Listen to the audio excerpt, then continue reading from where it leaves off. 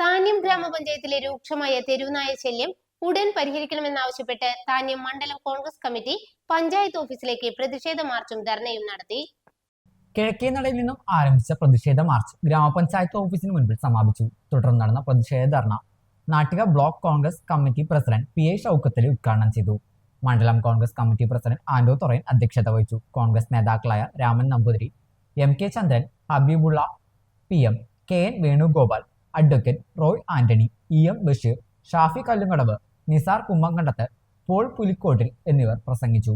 മാധവൻ നായർ, അലി സഗീർ, സജീവൻ ഞാറ്റുവെട്ടി, ബെന്നി തട്ടിൽ, പ്രമോദ് കണിമംഗലത്ത്, ഗോപാലകൃഷ്ണൻ, സൗമ്യ ഗോപാലൻ എന്നിവർ നേതൃത്വം നൽകി. തെരുവുനായ ശല്യത്തിന് പരിഹാരം കണ്ടില്ലെങ്കിൽ പഞ്ചായത്ത് ഉപരോധിക്കുന്നതുൾപ്പെടെ ശക്തമായ സമരങ്ങൾക്ക് നേതൃത്വം നൽകുമെന്ന് യോഗം പറഞ്ഞു. നമ്മുടെ പഞ്ചായത്തിലെ ഇന്നും അക്രമകാരികളായിട്ടുള്ള ഈ നായകളെയും പട്ടികളെ പോലും പിടിക്കാൻ ഈ താന്യം ഗ്രാമപഞ്ചായത്തിന്റെ ഭരണസമിതിക്ക് സാധിച്ചിട്ടില്ല. അതിന് നേതൃത്വം നൽകുന്ന ഇടതുപക്ഷത്തിന്, പ്രത്യേകിച്ച് CPM പോലും അതിന് സാധിച്ചിട്ടില്ല എന്നുള്ളത് ഞങ്ങൾ മുന്നോട്ട് വെക്കുകയാണ്.